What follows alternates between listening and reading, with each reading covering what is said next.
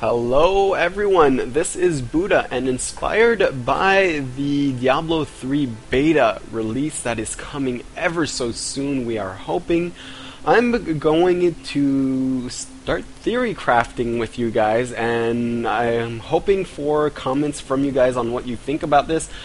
And so today's theme of the theory crafting is going to be a 3v3 PvP team matchup. So we are going to build 3 characters that hopefully will work well together to form a solid 3v3 team that is going to work all around against most compositions.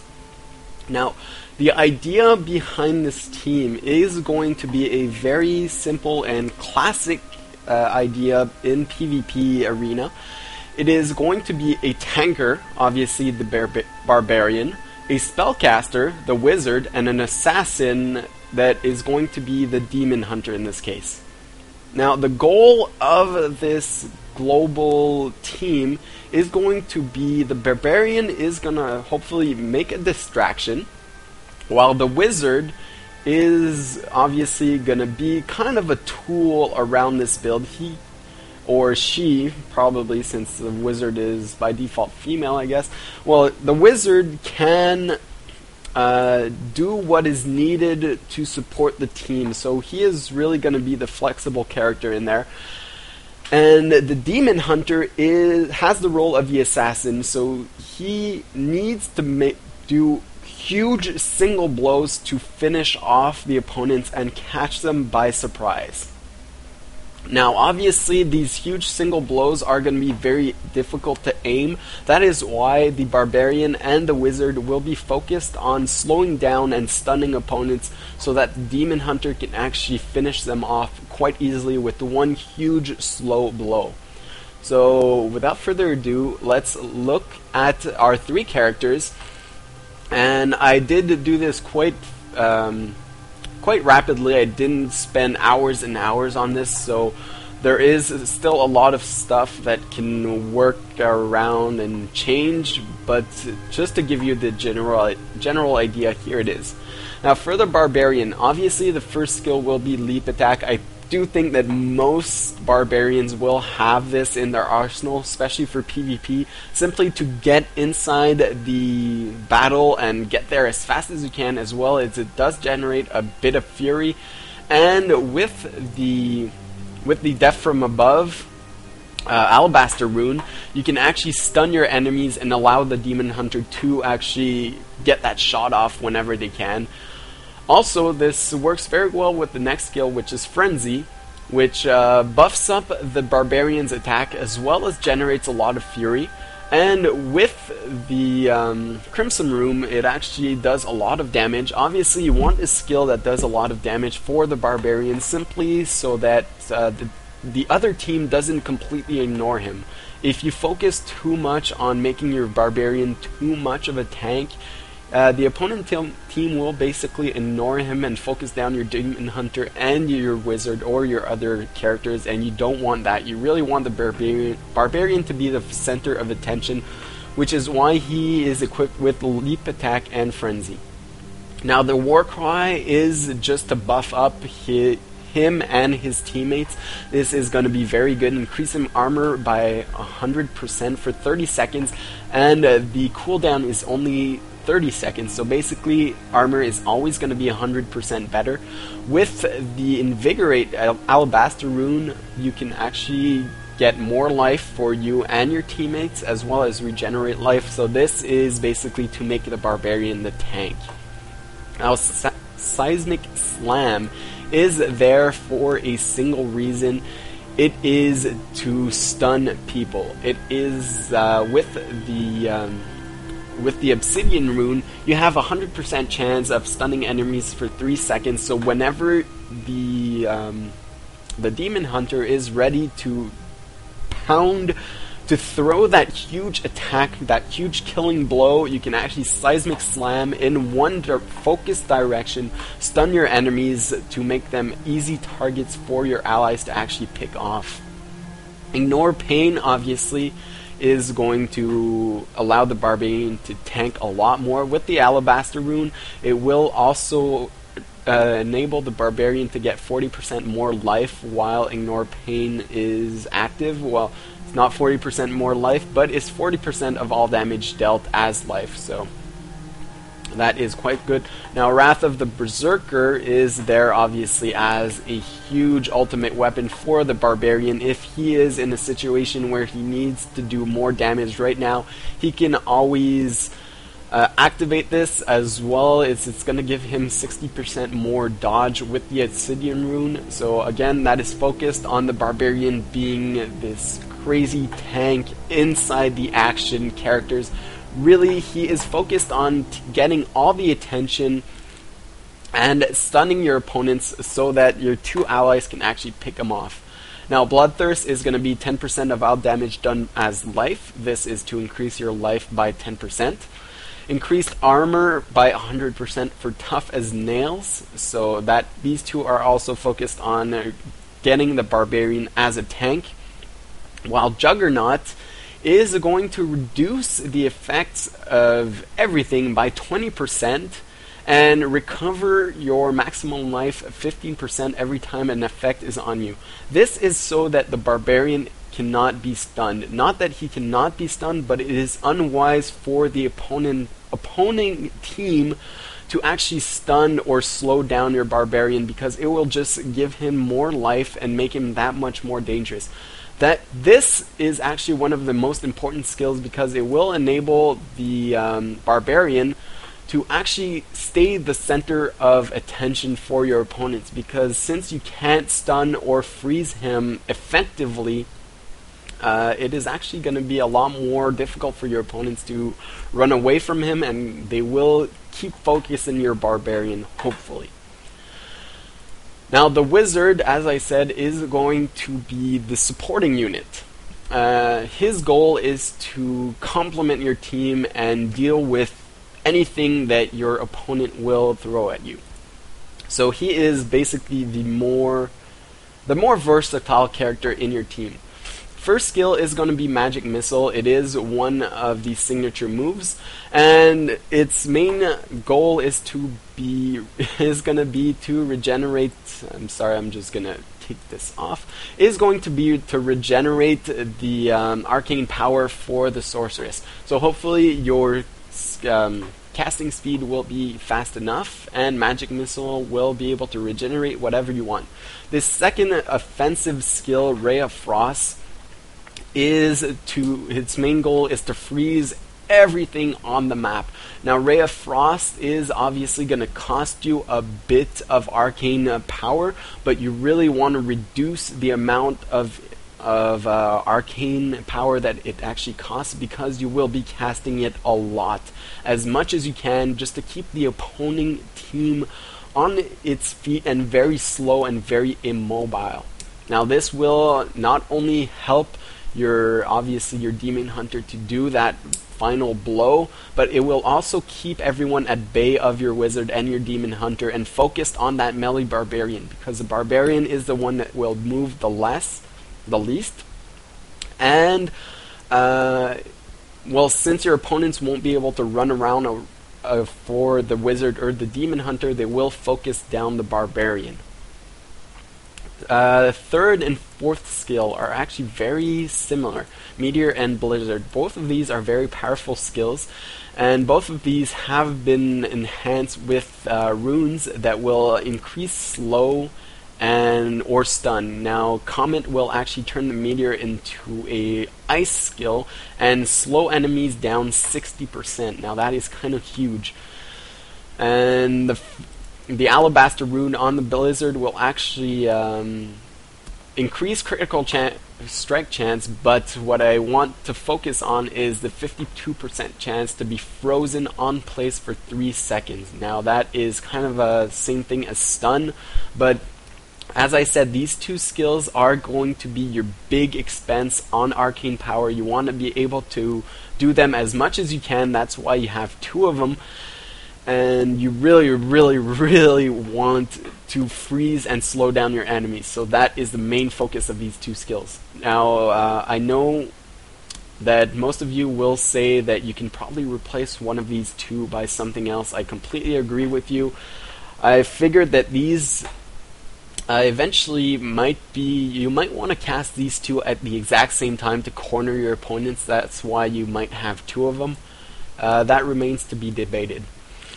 Now, the ice armor is obviously to enable your wizard to survive a bit, but also this chilling aura rune from the indigo rune will allow you to freeze opponents once more and slowing down their movement and attack speed. So once again, this is focused on enabling your demon hunter to give that last big huge blow while focusing the opponent's team on the barbarian. Now, teleport is, I won't go too much in this because I think teleport will be in every single wizard's arsenal. Obviously, you want to be able to teleport away from danger if you're cornered. And I put this indigo rune in because I thought it was pretty cool just to have two mirror images run around when you teleport, just to give the opponent team a bit of harder of a time finding you once you teleport. The three passive skills will be obviously Prodigy, give you arcane power as soon as you use magic missile. So use magic missile as much as you can to regenerate that arcane power, so you can use meteor and blizzard as much as you can. Astral presence is going to augment your arcane power by 20, the maximum amount, as well as give you 2 more per second. So once again, it is to enable you to use blizzard and meteor as much as you can, as well as the other skills. And illusionist is if you suffer more than 50% life in a single hit, which will happen a lot as a wizard. That means if the opponent team focuses you down, you will be able to instantly teleport away. So this is a survival skill. It is to enable you to actually teleport away from danger whenever you need to. Now, finally, the third component of this team is the crucial one. This team won't work unless you have the assassin on it. A lot of characters can actually play this role. I chose a demon hunter in this case because I like a demon hunter, and that's what I would like to do in a team. Now, first skill is a survival skill. Vault, obviously, to get away from danger. And the alabaster rune is used to actually secure your landing place. So, your destination, if there are enemies there, they will be stunned. This could actually be used offensively as well. If you vault towards an enemy, he will be stunned, and then you can do that killing blow if he does not have enough life left. So this vault is actually pretty important, used defensively and offensively. Second skill, Reign of Vengeance, is just there so you can distract people. It is a very good general skill, I feel, and it's just going to be annoying. I mean, who wants arrows being launched at you from the sky? Flying Stripe will add a group of 12 shadow beasts from the sky, dealing 270% weapon damage and stunning them. Once again, it is focused on stunning enemies so you can actually hit them hard with your weapon. Now, this next one, Impale, is the assassination skill. You might wonder why I actually chose this. I will say that Impale actually does a good amount of damage. It is not that expensive on hatred, and this Grievous Wounds Alabaster Runestone mod on it will actually add 500% weapon damage on critical hits. Now, you might say that critical hits don't happen that much, but that is why the passive skills are there. We will actually come back on this. Spike Trap is just distractions. You want to be able to corner your opponents so that you can force them into a location that will enable your allies to stun them, as well as you impaling them with that huge finishing blow. Now, the rune that is on it will allow you to actually spawn more traps on a single cast. I don't want the demon hunter to actually waste his hatred on using these traps as much as the impale. So that is why you can spawn 3 traps for 1, and it's the purpose of the rune. Now the companion is my most debatable skill in this build. I chose the spider because it has 50. Every time it attacks, it will slow your opponents down, but I think that your 2 allies will have enough slow and stuns to actually enable you to change the skill for something else. But we would have to actually try this out to see if the companion can actually serve a better purpose. And finally, the last skill is a sentry. It serves the same purpose as a spike trap. It will force your opponents to actually be cornered somewhere, to force their movements towards wherever you want them to be. And the sentry does decent damage, and you might debate adding the aid station, golden rune, to this skill just to heal your barbarian and your wizard, but I thought that the barbarian already had enough healing and defensive skills, so instead I added some the obsidian rune, which does Spitfire turret, enables your turret to actually throw homing missiles, so obviously your opponents will not be able to run away from them because they will home their opponents and hit every single time, which is great. So this is basically just a damage dealer that will not won't get in the way of your impale skill. Now these passive skill are what will make this build work. The first one is gain a 3% chance to critical hit every second. Now this is huge. The goal of this passive skill is to never use your normal attacks. The only attack you will actually use should be Impale right now. So Spike Trap, Sentry, Companion, Vault are all things that don't require you to attack. That way, every second you gain 3% chance. So in 10 seconds you get 30% chance of actually critical striking, and this is when Impale will do that bonus 500% damage. Now this is huge. This is the assassination skill I was talking about. So really you don't want to use your attacks with the Demon Hunter unless you're ready to impale someone. This second skill is obviously to add even more critical strike damage. You can see with a crossbow you can add 100% critical damage. I do think that this build will be used with a crossbow because I feel like this is going to be the most powerful ranged weapon for the Demon Hunter. I don't know right now, but you might. I don't feel like the bow or, well, 2 small crossbows will have the powerful damage of a single crossbow. And finally, ballistics will increase your rockets by 100%. Now, I don't know if the Impale actually counts as a rocket. That I really don't know. So until I test this, this is up to discussion. So tell me in the comments if you think the Impale actually counts as a rocket, or if it's only something like the Sentry's homing rockets that count. In any case, if it does count as a rocket, this adds even more damage to the Impale. If it does not, well, we can always change the skill for something else.